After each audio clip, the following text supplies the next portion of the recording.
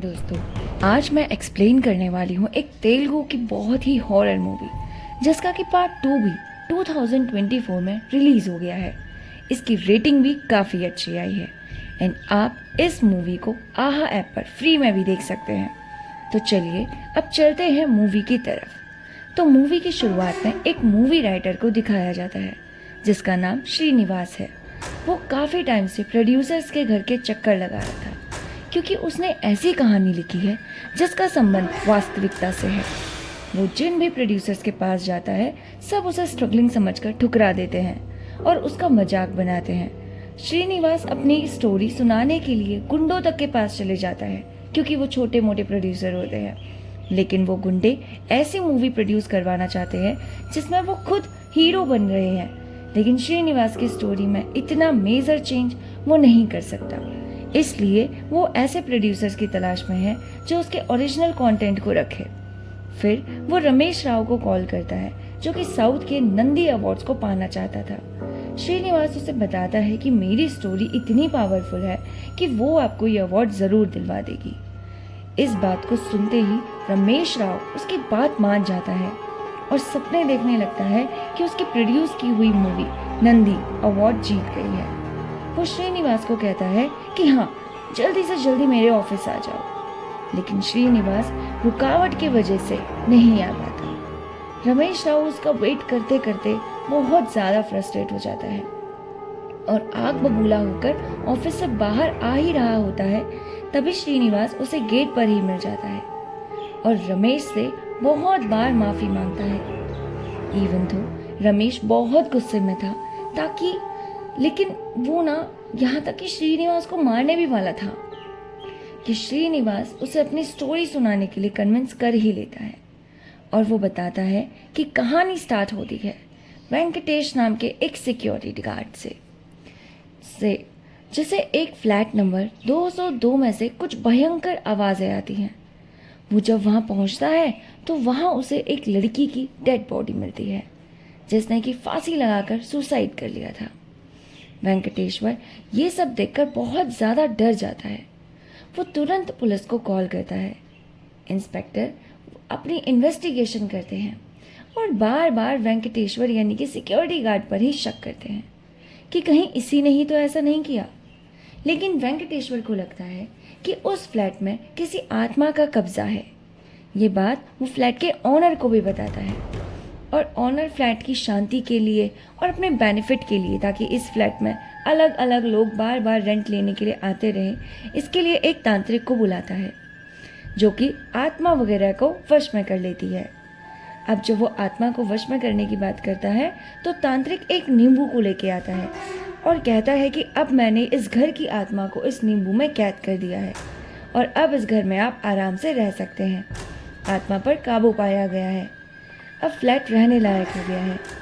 तांत्रिक अपने घर पहुंच ही रहा होता है कि उसकी भी एक ट्रक से टक्कर लगने की वजह से मौत हो जाती है और वो नींबू सड़क पर गिर जाता है। अब कहानी में 3 महीने का लीप आएगा और एक लड़का आएगा जो कि मेरी ही तरह यानी कि श्रीनिवास की तरह स्ट्रगलिंग राइटर होगा।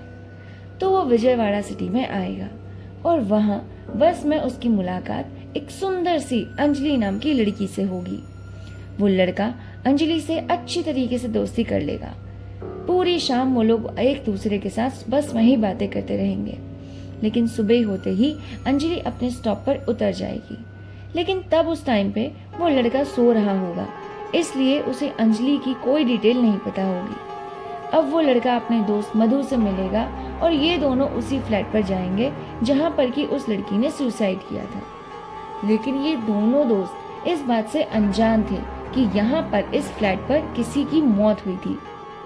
ना ही ब्रोकर उन्हें ये बताता है क्योंकि वो तो चाहते हैं ना कि ये यहाँ पर आ जाए। तो ब्रोकर उन्हें बस ये कहता है कि साइड वाले रूम को कभी मत खोलना क्योंकि वहाँ पर फालतू की चीजें रखी हैं।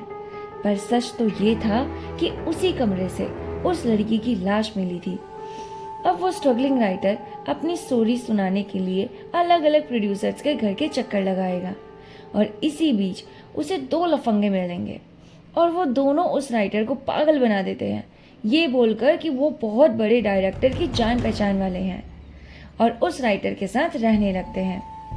अब उसी रात अंजलि उस राइटर के घर आती है और बताती है कि इस फ्लैट में मेरी फ्रेंड रहती थी, मुझे नहीं पता था कि अब वो यहाँ नहीं रहती।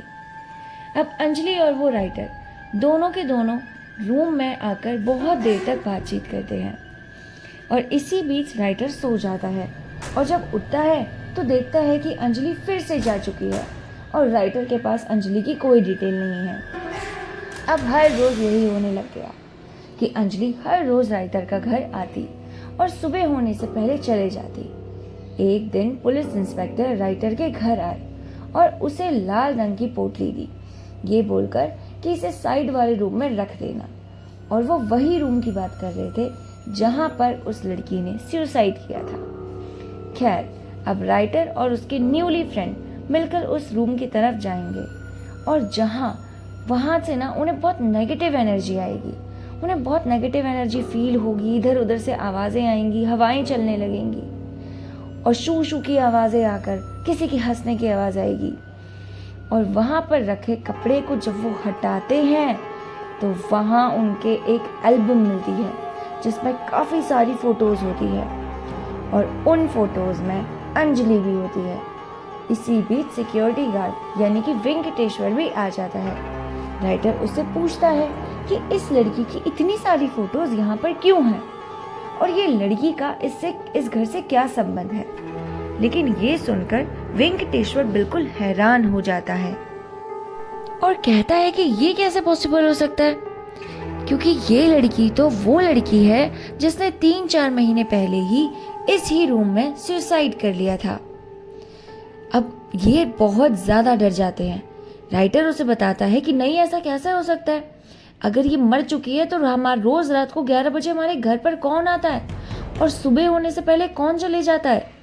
अब वो ये बात जब सिक्योरिटी गार्ड को बताते हैं तो सिक्योरिटी गार्ड बोलता है कि ऐसा हो ही नहीं सकता, क्योंकि हमने कभी भी किसी को भी रात के समय आते हुए या सुबह के समय जाते हुए किसी को भी नहीं देखा है, तो कोई भी अंदर कैसे आ सकता है।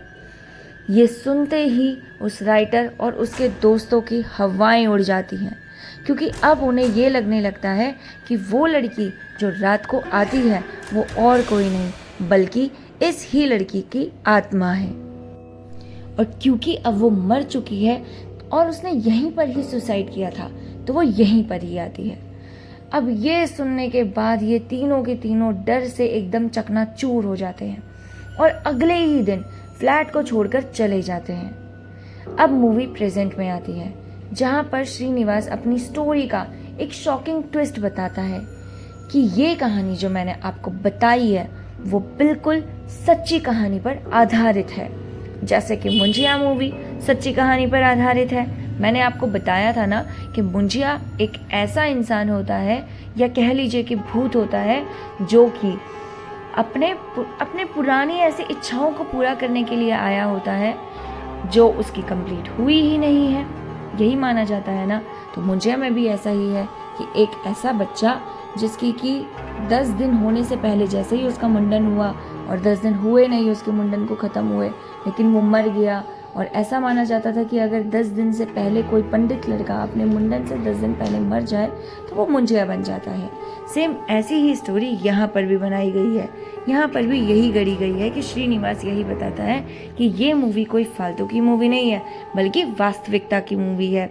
और अगर मैं आपको इसका शॉकिंग पार्ट बताऊंगा ना तो आप बहुत ज़्यादा शॉक हो जाएंगे। तो रमेश उससे पूछता है कि हाँ, मुझे जल्दी से शॉकिंग पार्ट बताओ।